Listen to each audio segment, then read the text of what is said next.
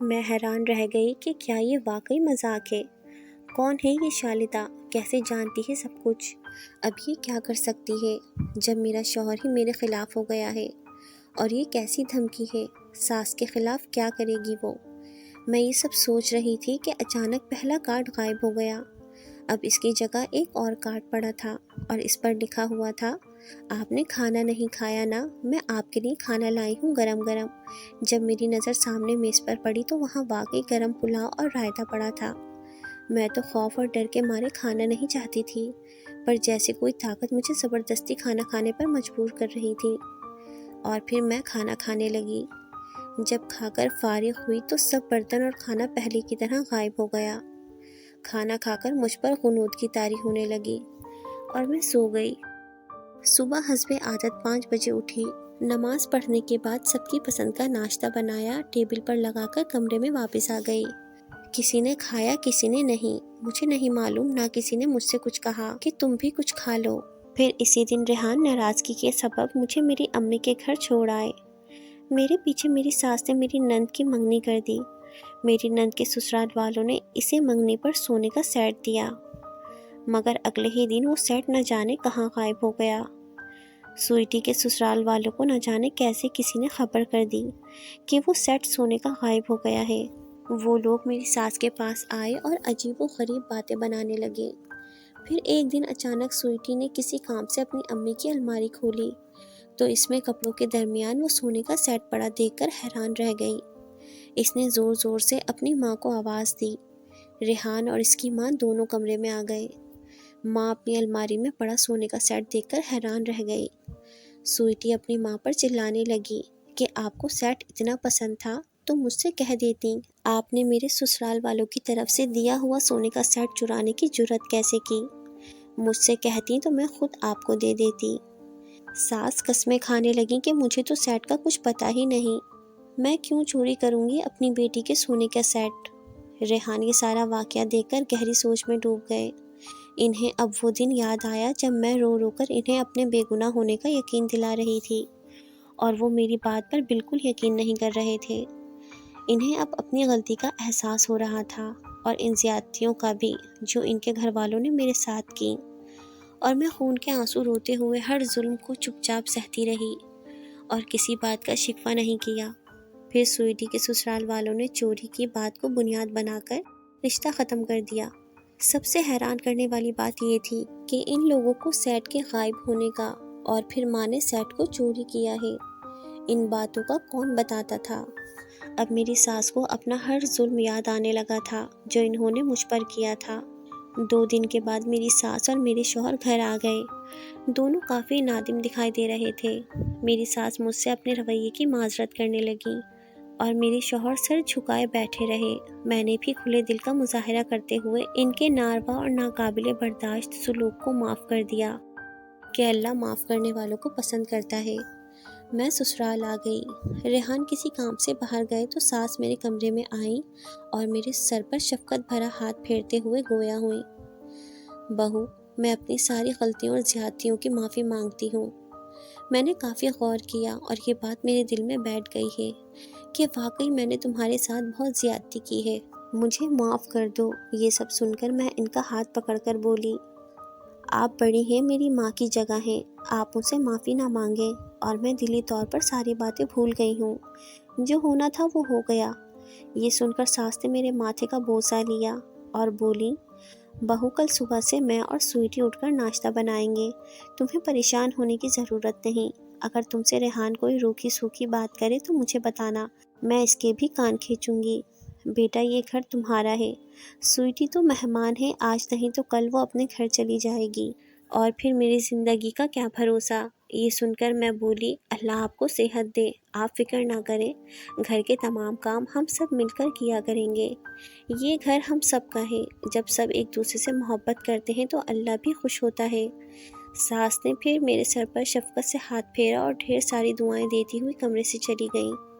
ساس کے جانے کے بعد میں حیران پریشان سوچ رہی تھی کہ اچانک اتنی خوشنما تبدیلیاں میرے ساس اور شوہر میں کیسے آ گئیں کہ اچانک ہی میرے سامنے میز پر ایک کارڈ نمودار ہوا۔ اس پر لکھا تھا، میری بات غور سے سنیں، میں نے جو کچھ بھی کیا وہ آپ کی ساس کو سبق سکھانے کے لیے کیا تھا۔ میں نے آپ کی ساس اور شوہر کے دل و دماغ سے آپ کے لیے برائی اور بدسلوکی کو کھرچ کر نکال دیا ہے۔ اس کے ساتھ ساتھ ایسا سبق دیا ہے کہ آپ کی ساس تا حیات آپ کی طرف انگلی بھی نہیں اٹھا سکتی۔ ان کی بیٹی سویٹی کی سسرالیوں کے دماغ میں ساری باتیں میں نے ڈالی تھیں تاکہ آپ کی ساس زیادہ سے زیادہ ذلیل ہو۔ میں نے آپ کو بہن کہا ہے تو آپ میری بہن ہی رہیں گی۔ میں ہر طرح آپ کی حفاظت کروں گی۔ ہمارا بسیرا آم کے درخت پر قائم رہے گا۔ اگر کبھی کسی بات کی ضرورت پیش آئے تو میرا نام شالتا لے کر 3 مرتبہ پکارنا، میں فوراً حاضر ہو جاؤں گی۔ اچھا اب میں چلتی ہوں، آپ آرام کریں۔ اور اس کے ساتھ ہی وہ کارڈ میری آنکھوں کے سامنے سے اوجھل ہو گیا۔